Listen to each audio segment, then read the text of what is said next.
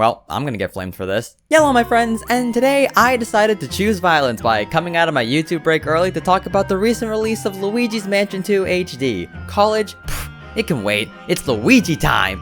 Luigi's Mansion 2 is by far one of my favorite Nintendo games of all time. So much so that I'm able to emulate the game and keep it on my PC till death do us part. It's one of those Nintendo games that if I had to play for the rest of my life, I wouldn't bat an eye. Which might be shocking to those who know me since I made a lot of Splatoon content back in the day. So why did I make Splatoon videos instead of Luigi's Mansion videos? Money! So in hindsight, I did make Luigi's Mansion videos, but those are very much unlisted now. I've sunk in hundreds of hours into the original game, and even more so thanks to the power of emulation. I'm telling you, being able to play the game at a nice 60 FPS, with some stutters every now and then, was simply gaming heaven to me. And I think I'm more of an addict for this game than I should be. So you wanna know my reaction for when I found out that a remaster of the game was on the horizons? Luigi's Mansion 2 HD. Okay, pause. To get the timeline straight, this was before I started my emulation journey. The trailer released on September 14, 2023, and I got big into the emulation game around early April. So to say that I was extremely excited to get the game was kind of an understatement. My favorite video game of all time was about to get a glorious remaster and a second chance at life.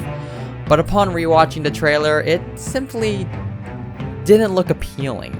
Now, I knew to keep my expectations in check given that Luigi's Mansion 3 started out the same way, and it does have a chance to look glorious. So I waited, and waited, and as the days went by, we slowly learned that it would be nothing more than a graphically upscaled, fully priced port, which here in Canada would be $80. I'm sorry, no new kind of content whatsoever. They couldn't add like a secret 6th mansion, brand new skyscraper modes, new ghost to capture. However, I kept my expectations in check, and as we kept getting reviews for the game, my hype was becoming as shallow as waiting for Shadow Generations. This was also at a point where I learned how to emulate Dark Moon on my PC, and given how I had a plethora of other games to play, I left myself asking, look, I can play Dark Moon upscaled at 60 FPS, and I got a whole catalog of games that I need to play through. Also, there is no new content for Luigi's Mansion 2 HD, so why should I even bother getting it? Yet lo and behold, the game is out in the wild, and thanks to a friend, I've been able to play the game on both original hardware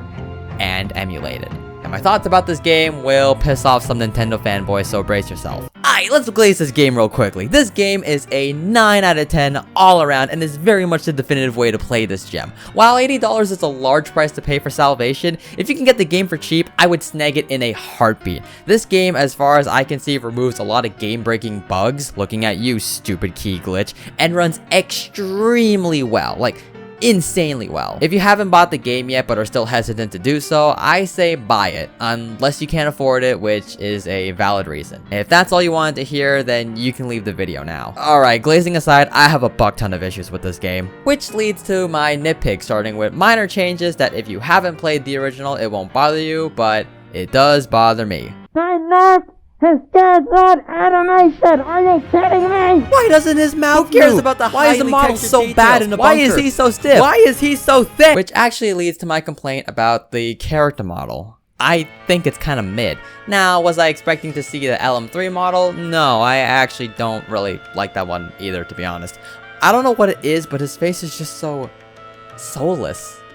More soulless than the original, given how many more polygons it has. I think the low poly count model has more life in it than this husk of a man. I can't stand to watch the cutscenes in this game. I honestly just skip them. It just feels too sharp and lifeless. But when you're playing the game and capturing ghosts, you don't really tend to notice it as much, which I guess in hindsight is a good thing. The model in-game is actually super good.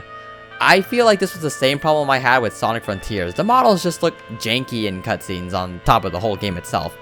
Also, why does the dark light drain in increments now when the original didn't have that issue? Like, what the hell happened here? At least the lights look pretty. Speaking of graphics, it looks good. Yeah, it looks fantastic. I'm serious. The bunker cutscenes will never make me not throw up by how bad the lighting looks and how they massacred my boy Egad. And the cutscenes are Okay, I was about to say they're worse than Frontiers, but even I can't defend this crap. At least Shadow Generations look like they maxed out in the animation department. When you're playing the game, the graphics actually look super good. Like, being able to change the brightness slider is actually insanely nice. This game feels much darker than the original, and I found myself smiling a lot when the game got dark, and how the ghosts contrast the empty hallways. Better than the cutscenes and the frickin' bunker scene looking mid, it looks great to play. Definitely souls the original. Moving on to gameplay, yeah, it controls pretty much the same. I found myself not using the analog stick as much as I thought I would, and that's probably because of muscle memory, so I'm actually kind of thankful you can still look up and down with the X and B buttons. Like, it just works. Really thought I would prefer Luigi's Mansion 3's control system, but I think I've just played Luigi's Mansion Dark Moon more than enough times where I just can't really adapt. One thing I will say that feels like a downgrade and a complete loss is how the game was reworked to support a single screen only. There's such a charm to having the minimap information on your bottom screen and the main gameplay in the top. Now everything feels like it's been combined together, and while the way they handled it here isn't bad, it's actually really nice. I feel like we definitely lost something here. It's a bit game breaking for me to have to pause the game to look at the map and then keep moving forward. I don't know, man, I just really liked the 3DS, such a glorious handheld. At least the Scarescraper has a good compromise given the fast paced nature of the mode, so I'll give credit where credit is due. And on the topic of Scarescraper, you're as beautiful as the day I lost you. Okay, if you made it this far into the video without closing off YouTube, first off, subscribe. And second off, if I haven't pissed you off yet with my minor nitpicks, I'm about to start a flame war. Earlier in the video, I said that this game runs extremely well across the Switch and the emulator version. But there's one difference that I left out, and that's 30 FPS versus 60 FPS. Oh boy, this has been a controversial topic ever since Paper Mario The 1000 Year Door dropped, and I know I'm gonna get flamed regardless, but I want to give a level-headed take. The argument that people make when they say, oh, you don't like 30 FPS, you must think the game is unplayable, or when people say 30 FPS equals bad game, both are stupid on both sides of the coin. 30 FPS is not unplayable, it's just not ideal if you've experienced it at 60. If all you know is 30 FPS, then you won't care about 60 FPS. But for someone like me, who has played at frame rates above 30 and can tell the difference after years of exposure to it, it makes a difference. I didn't enjoy the game as much as I thought I would on the Switch versus emulated. The game is very much playable, yes, absolutely, but as somebody who played the original game on the new 3DS XL, which ran at an above 30 frame rate, then emulated, which ran at a near constant 60, it's jarring going from 60 to 30 FPS. I hate the argument that you're not allowed to complain about frames. You might not know the difference because maybe you've been stuck on Nintendo all your life and don't have crazy gaming setups like some of us do, but there are countless people who can tell a difference. 30 FPS in this modern day of gaming just isn't really the standard anymore. Now, I'm not going to say gaming should be 4K 240 FPS ray tracing graphics. Ew, absolutely not. That's ridiculous. 1080p 60 FPS should be the standard.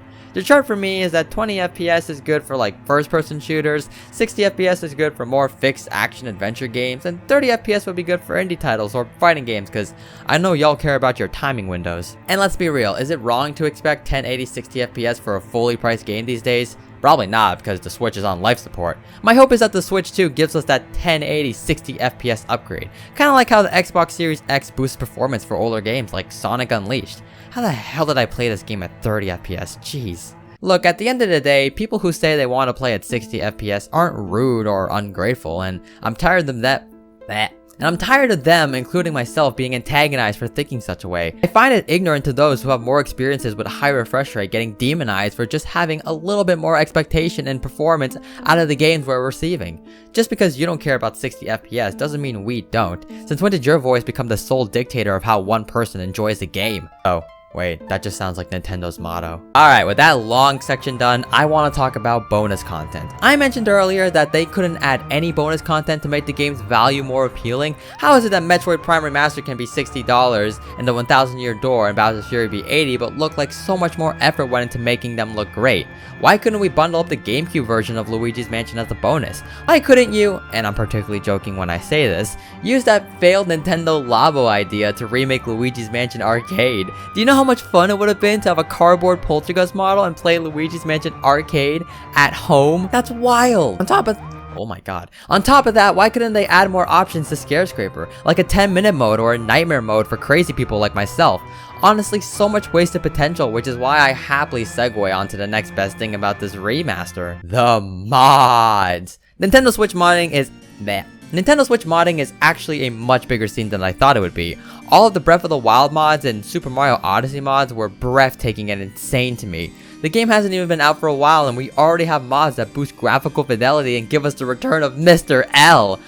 With this remaster existing, new life can be thrown into the game and we can get some insane bonus content that I could have never thought of. Scarescraper Ghost reskinned as Portrait Ghost, new skin variations for Luigi like Luigi's Mansion 3, complete floor remodels, you name it. When all is said and done, this remaster simply existing means more people can experience this game head on in a fresh coat of paint. If I had to rank this game taking emulation into account, this would be my leaderboard.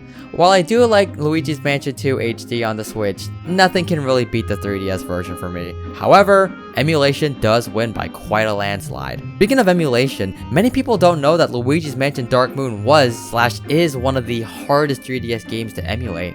What was once the hardest 3DS game to emulate is now one of the easiest Switch games to emulate, which is honestly insane to me. I know this review came off as super nitpicky, but that's because I love this game so much and had higher expectations for it. At the end of the day, this game is nearly perfect, and if you haven't played it yet, while it is a bit pricey, it is worth it. Eventually, I do want to do a retrospect of what made Luigi's Mansion Dark Moon my favorite Nintendo game of all time, and even do the rest of the games and my thoughts on them. So if you want to see that, like and subscribe to see that video come to life. Let me know what your thoughts are about this game while you're at it. Do you like it? Do you hate it? All reasons are valid here, and with that being said, if you enjoyed the video, I think you'll enjoy this video on why gaming isn't wholesome. Stay safe, stay wholesome, and don't forget to always be creative.